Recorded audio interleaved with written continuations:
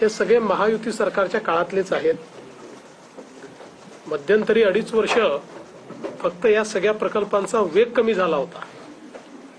पुन्हा शिंदे साहेबांच्या नेतृत्वात आमचं सरकार आलं, आम्ही पुन्हा वेग घेतला आणि आता ते सगळे आम्ही कंप्लीट करतो। त्यामुळे मला या गोष्टीचा आनंद आहे। मला सगळ्यात आनंद या गोष्टीचा आहे की प्रधानमंत्री महोदयांनी याचं भूमिपूजन केलं आणि प्रधानमंत्री महोदयच याचं उद्घाटन करतील, हे सगळ्यात महत्त्वाचं आहे। युनेस्कोच्या यादीत आलेले आहेत। त्यासोबत अशी माहिती मिळते की राज्याने केंद्राला सुद्धा एक पत्र लिहिलंय, ज्यात केंद्राच्या हद्दीत जे अख्ख्या जे किल्ले गड किल्ले त्याचं संवर्धनासाठी ते राज्य सरकार आणि पुरातत्व विभागाकडे या दोन गोष्टींचा आपापसात संबंध नाहीये। हे 12 किल्ले हे आपल्या युनेस्कोने हेरिटेज साइट म्हणून, वर्ल्ड हेरिटेज साइट म्हणून त्या ठिकाणी निवडलेले आहेत। बाकी आम्ही ही विनंती केलेली आहे की अनेक किल्ले असे आहेत की ज्याचं संवर्धन करणं गरजेचं आहे आणि केंद्रीय पुरातत्व विभागाच्या अखत्यारीत त्या किल्ल्यांच्या संवर्धनाला वेळ लागतो। त्यांच्या प्रोसेसेस फार कंबरसम आहेत आणि त्या काही चूक आहेत असं मी म्हणत नाही, पण देशभरामध्ये त्या सगळ्या प्रोसेसेस वेगवेगळ्या ठिकाणी करताना उशीर होतो। आणि म्हणून आम्ही अशी विनंती केली आहे की यातले काही किल्ले हे जर त्यांनी राज्य पुरातत्व विभागाला केले तर केंद्रीय पुरातत्व विभागाच्या गाईडलाईन्स प्रमाणेच आणि त्यांच्याच कायद्याच्या अधीन राहून आम्ही राज्यामध्ये वेगाने त्या गड किल्ल्यांचा विकास करू। आज जसं आपण आता रायगडाचं काम चांगल्या प्रकारे करतोय, शिवनेरीचं काम त्या ठिकाणी झालंय, इतरही किल्ल्यांचं काम आपल्याला करायचं आहे। आपल्याकडे प्रतापगडचं पण चालू आहे। आपल्याकडे या किल्ल्यांकरता निधीची कमतरता नाही आहे। प्रॉब्लेम हा आहे की केंद्रीय पुरातत्व विभागाच्या ज्या सगळ्या कंडिशन्स आहेत त्यातल्या प्रत्येक अप्रुव्हलला वेळ लागतो। एक दगड लावायचा असेल तर त्यांचा नियम आहे की शिवकालीन किल्ल्याला जो दगड होता तोच दगड तिथे लागला पाहिजे, त्याच शेपमध्ये लागला पाहिजे आणि त्याचा कुठला तरी पुरावा असला पाहिजे। हे सगळं तयार करून त्यांच्याकडे न्यावं लागतं, मग त्यांची एक्सपर्ट टीम त्याला मान्यता देते, याला वेळ लागतो। हेच त्याच एक्सपर्ट्स, तसेच एक्सपर्ट आपल्याकडे राज्य पुरातत्व विभागात आहे, त्यामुळे त्याच कायद्यानुसार आम्हाला काम करायची परवानगी दिली तर आम्ही वेगाने ते करू शकू असा आमचा प्रयत्न आहे।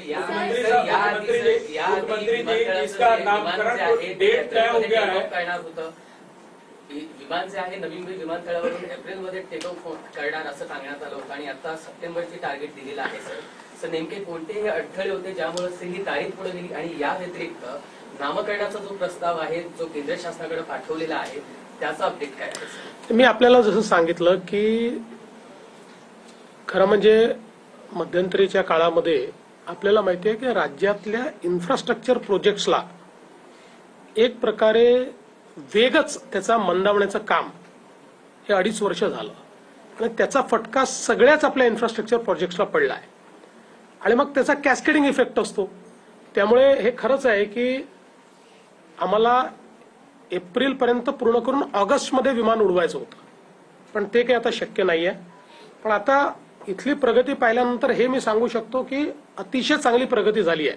94% काम पूर्ण झालंय, 6% काम बाकी आहे, 13,000 वर्कर काम करतायत। त्यामुळे सप्टेंबरची जी डेडलाईन दिलेली आहे ती आमची डेडलाईन हे लोक डेड करणार नाहीत अशी मला अपेक्षा आहे। आणि नावाचा जो विषय आहे ऑलरेडी राज्य सरकारने त्याचा ठराव केंद्र सरकारकडे पाठवलेला आहे, आम्ही त्याचा पाठपुरावा करतो आहे। शिंदे साहेब आणि मी पुन्हा एकदा प्रधानमंत्री मोदयांशी त्याबद्दल चर्चा करू। मुख्यमंत्री साहब क्या उड़ान के पहले जो विश्वास व्यक्त कर रहे हैं प्रकाश उड़ान पहली उड़ान से पहले ही नामकरण हो जाएगा, क्या ऐसा संभव है? देखिए होना तो चाहिए, प्रयास तो वही चल रहा है। सर एकीकडे राज्यामध्ये अनेक महत्वाकांक्षी प्रकल्प पूर्ण होत आहेत, त्यातच अजून एक महत्वाकांक्षी प्रकल्प म्हणजे शक्तीपीठ महामार्ग। मात्र या शक्तीपीठ महामार्गाला काही महाविकास आघाडीच्या नेत्यांकडून आपल्याला विरोध होताना पाहायला मिळतोय, काय नेमकी सत्यता आहे? असं आहे की कुठलंही नवीन प्रोजेक्ट घेतला तर त्याला विरोध हा असतोच। आज बघा आपण जेव्हा नवी मुंबई एअरपोर्टचं काम हाती घेतलं त्यावेळेस इथल्या गावांचा विरोध होता, पण आपण त्यांच्याशी चर्चा केली, त्यांचं योग्य पुनर्वसन केलं। आता मला आज आमचे आमदार महेश बालदी सांगून राहिले की त्यावेळी ज्या 4 गावांनी टोकाचा विरोध केला होता म्हणून आपण त्यांना वगळलं होतं, आता ते 4 गावं असं म्हणतात की आम्हालाही घ्या आणि त्यांना घेतलं तर आपली तिसरी धावपट्टी देखील या ठिकाणी होऊ शकते. त्यामुळे आजच आम्ही सांगितलेलं आहे की निश्चितपणे ते 4 गावं घेऊ. त्यामुळे लोकांच्या मनात विश्वास व्यक्त करावा लागतो. समृद्धीच्या वेळी देखील असंच झालं. परंतु ज्या गावामध्ये उद्धव ठाकरेजींनी सभा घेतली, जिथे पवार साहेबांनी सभा घेतली, ते गावाच्या गावं त्या ठिकाणी एका दिवशी, म्हणजे शिंदेसाहेब स्वतः गेले होते, एका दिवशी त्या गावाच्या गावांनी पूर्ण कन्सेंटनी आपल्याला जमिनी दिल्या.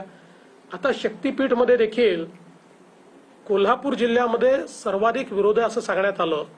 मध्यंतरीच्या काळात मी गेलो होतो तर अनेक शेतकरी मला भेटले की आम्ही जमीन द्यायला तयार आहोत. काल आपले नीती आयोगाचे जे उपाध्यक्ष आहेत राजेश क्षीरसागर यांनी 60 गावातले प्रमुख सगळे लोक हे मुंबईला बोलवले होते. त्यांच्यासमोर प्रेझेंटेशन झालं आणि प्रेझेंटेशन नंतर त्या प्रेझेंटेशननी समाधान होऊन या 60 गावातल्या लोकांनी आपले 7/12 हे आमचं ॲक्विजिशन करायला हरकत नाही म्हणून हँडओव्हर केले. त्यामुळे मला असं वाटतं की चर्चा आणि विश्वास या 2 गोष्टी महत्वाच्या आहेत. सर, वाशी येथील एपीएमसी बाजारपेठ स्थलांतरित करण्याचा जो विषय चर्चा सुरू आहे सर, कितपत सत्यता आहे आणि व्यापाऱ्यांचंही कुठेतरी त्यांनाही मान्य नाहीये की कुठेतरी हे मार्केट स्थलांतरित करण्याचा कुठलाही विषय नाहीये. मात्र आपल्याला आता नवीन जो काही कायदा आलेला आहे याप्रमाणे आपल्याला इंटरनॅशनल बाजारपेठ तयार करता येते, नॅशनल बाजारपेठ आपल्याला तयार करता येते. त्या दृष्टीनं आज आपल्याला या नवीन कायद्याप्रमाणे जर बाजारपेठ तयार करायची असेल तर ती इथे करता येईल का की आपल्याला दुसरीकडे करावी लागेल अशी पडताळणी चाललेली आहे. त्यामुळे कुठलाही निर्णय शेवटी जर आपण शेतकरी आणि व्यापारी आणि काम करणारे माथाडी या तिघांना विश्वासात घेतलं नाही तर काहीच होऊ शकत नाही. त्यामुळे जो काही निर्णय होईल या संदर्भात तो या तिघांच्या हिताचा निर्णय आम्ही करू. शेवटचा प्रश्न, एकीकडे राज्याचं अधिवेशन सुरू आहे, राष्ट्रवादी पक्षामध्ये शरद पवार गटामध्ये अंतर्गत घडामोडी सुरू आहेत. जयंत पाटलांनी प्रदेशाध्यक्ष पदाचा राजीनामा दिला आहे, शशिकांत शिंदे प्रदेशाध्यक्ष होत आहेत, काय सांगतो? त्यांचा इंटरनल प्रश्न आहे. ज्यांनी राजीनामा दिला त्यांनाही शुभेच्छा, जे नवीन होणार त्यांनाही शुभेच्छा. सगळ्यांनी चांगलं काम करावं या शुभेच्छा. नाही पाहिजे आम्हाला आज एक पहिला आम्हाला न उडता आम्हाला पहिलं बोर्डिंग टेस्टिंग बोर्डिंग दिलेलं आहे शिंदे साहेबांना मला.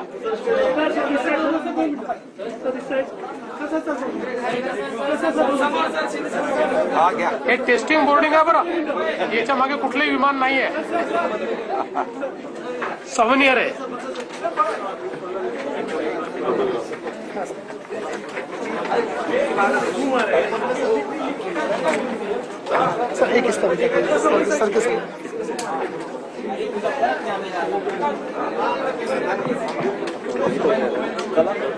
इसको फ्रेम कर देंगे. जी जी थैंक यू वेरी मच. हो चला ठीक आहे.